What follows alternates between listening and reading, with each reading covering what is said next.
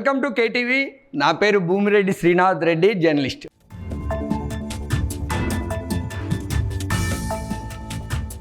Social మీడియాను బాగా follow అయ్యేవారికి police డిపార్ట్మెంట్లో హానెస్ట్ ఆఫీసర్, ఎక్కువ బదిలీలు ఇలా అనగానే టక్కును గుర్తొచ్చే పేరు సిఐ శ్రీరామ్.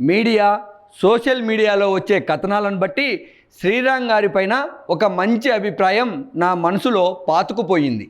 అలాంటి సమయంలో శ్రీరామ్ గారి దగ్గర పనిచేసే డ్రైవర్ గంజాయి సరఫరాలో తెలంగాణ పోలీసులకు దొరికారన్న ఒక వార్త చూశా.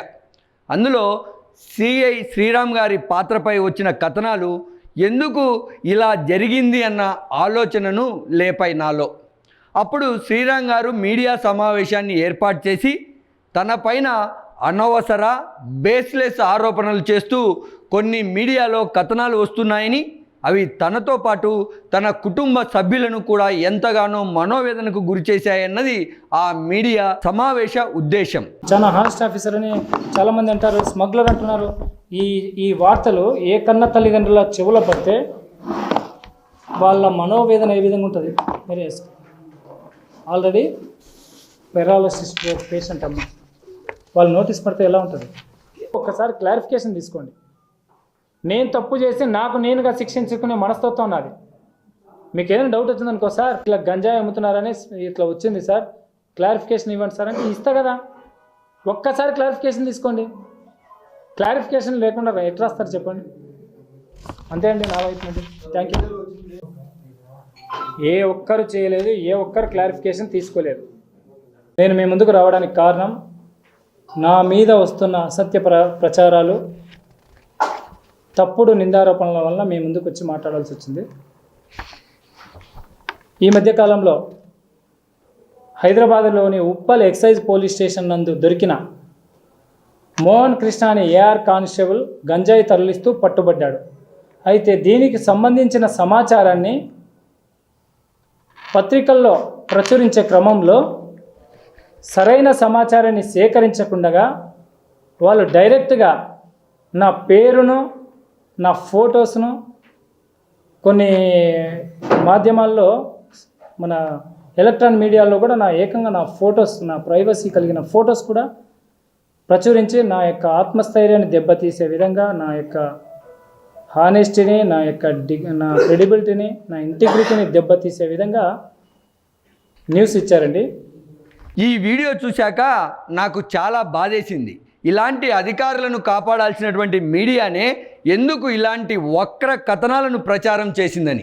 సిఐ శ్రీరామ్ గారికి ఉన్నట్లే అందరికీ మనసు ఉంటుంది. తప్పు చేయకపోయినా నింద వేస్తే బాధపడుతుందని స్వయంగా సిఐ శ్రీరామ్ గారికి అనుభవపూర్వకంగా తెలుసు. పులివెందుల ఎస్ఐ మధుసూదన్ రెడ్డి ఇచ్చినటువంటి తప్పుడు సమాచారంతో నా పైన సిఐ శ్రీరామ్ గారు అసభ్య పదజాలంతో దూషించారు. ఒక ఫిర్యాదు నేపథ్యంలో అసలు ఆ ఫిర్యాదులో ఏముందో నాకు చెప్పకుండా, కనీసం నా వాదన కూడా వినకుండా పక్కనున్న ఎస్ఐ గారు చెప్పిందే జడ్జిమెంట్ అన్నట్లు సిఐ శ్రీరామ్ గారు అసభ్య పదజాలంతో దూషించడం, బెదిరించడం చేశారు. సిన్సియర్ పోలీస్ ఆఫీసర్గా ఉన్న మీరు నా పైన అలా ప్రవర్తించడానికి ఏ పోలీస్ రూల్ ప్రకారం చేశారో మీకే తెలియాలి సార్.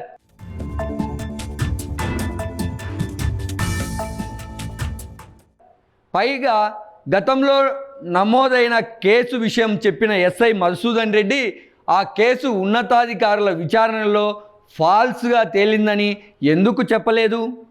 ఏదో మనసులో ఎస్ఐ గారు వ్యక్తిగత అజెండాతో నా పైన చెప్పినటువంటి మాటలు విని, నా వాదన కూడా వినకుండా మీరు ప్రవర్తించిన తీరు పోలీస్ రూల్స్లో ఎక్కడుందో చెప్పాల్సినటువంటి బాధ్యత మీ పైన ఉందని భావిస్తున్నాను సార్.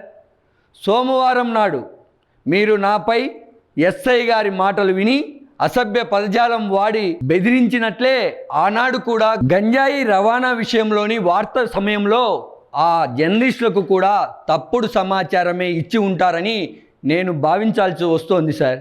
ఆనాడు తప్పుడు కథనాలు రాసిన జర్నలిస్టుకు, నేడు విధి నిర్వహణలో రూల్స్ బ్రేక్ చేసిన మీకు తేడా ఎక్కడుందో మీ అంతరాత్మను అడగండి సిఐ శ్రీరామ్ గారు.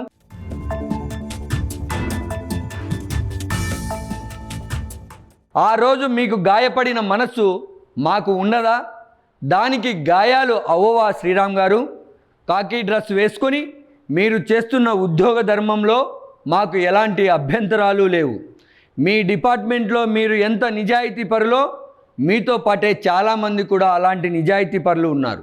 ప్రాణాలకు తెగించి అనేక కేసులలో బాధితులకు అండగా నిలిచిన పోలీస్ అధికారులు ఉన్నారు. ఉద్యోగ ధర్మంలో ప్రాణాలు కోల్పోయిన వారు ఉన్నారు. ఉన్న సీట్లోనే కదలకుండా కూర్చొని సాంకేతికత ఆధారంగా బాధితులకు అండగా నిలిచిన పోలీసులు ఉన్నారు. గట్టిగా అరిచి బెదిరిస్తేనే న్యాయం జరుగుతుందని మీరు భావించేటట్లయితే మరి ఫ్రెండ్లీ పోలీసింగ్ అంటూ ఎందుకు పెట్టినట్లు సార్ అన్న నా అనుమానానికి మీ దగ్గర నుంచి సమాధానం కావాలని కోరుకుంటున్నాను సార్. ఒక తెలుగుదేశం పార్టీ నేత నాపై ఫిర్యాదు చేసిన వారు ఉండగా మీరు నిబంధనలకు విరుద్ధంగా ప్రవర్తన ముమ్మాటికి అభ్యంతరం శ్రీరామ్ గారు. ఇక్కడ ఎస్ఐ మధుసూదన్ రెడ్డి గారు నా పైన ఎందుకు ఒక అజెండాతో తప్పుడు సమాచారం తమరికి ఇస్తున్నారో అర్థం కాలేదు ఆ సమయంలో. తరువాత నా దగ్గర కొంత సమాచారం ఉంది. నా ఛానల్ను చిన్నదిగా చూపడం, నన్ను యూట్యూబర్గా చెప్పడం ద్వారా ఒక అజెండాతో నాపై దురుద్దేశంతో వ్యవహరిస్తున్నారని అర్థం చేసుకున్నాను. దాని వెనుక ఏదో మోటివ్ ఉందని బలంగా నమ్ముతున్నాను. మీ దగ్గర నుంచి ఇంటికి చేరకముందే సిఐ గారు శ్రీనాథ్ రెడ్డిని ఘోరంగా తిట్టాడని ఆ వార్తను నా సహచర మీడియా జర్నలిస్టులకు లీక్ చేయడం ద్వారా ఎస్ఐ మధుసూదన్ రెడ్డి గారు ఎలాంటి ఉద్దేశంతో ఉన్నారో అర్థం చేసుకోగలను సార్. 21 సంవత్సరాల పాటు జర్నలిస్టుగా ప్రధాన ఛానల్స్లో వివిధ హోదాలలో శాస్త్రీయ దృక్పథంతో పనిచేశాను.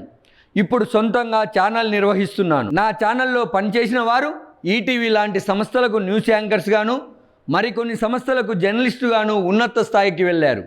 పోలీస్ డిపార్ట్మెంట్లో మీరు ఎంత సిన్సియర్ అని మీరు భావిస్తున్నారో ఫోర్త్ ఎస్టేట్గా పిలువబడే మీడియాలో కూడా నేను అంతే సిన్సియర్గా నా అంతరాత్మ ద్వారా నేను కూడా భావిస్తున్నాను. నా పైన నా జర్నలిజం కెరీర్ అయినటువంటి 21 సంవత్సరాలలో ఎలాంటి అవినీతి ఆరోపణలు లేవు. నా పైన ఉద్దేశపూర్వకంగా పెట్టిన కేసు కూడా ఉన్నతాధికారుల విచారణలో ఫాల్స్గా తేలిపోయింది. జర్నలిస్టు నేతగా ప్రజల జర్నలిస్టుల హక్కులను కాపాడాల్సినటువంటి నేనే నా హక్కులను కాపాడుకోలేకపోతే ఎలా సార్?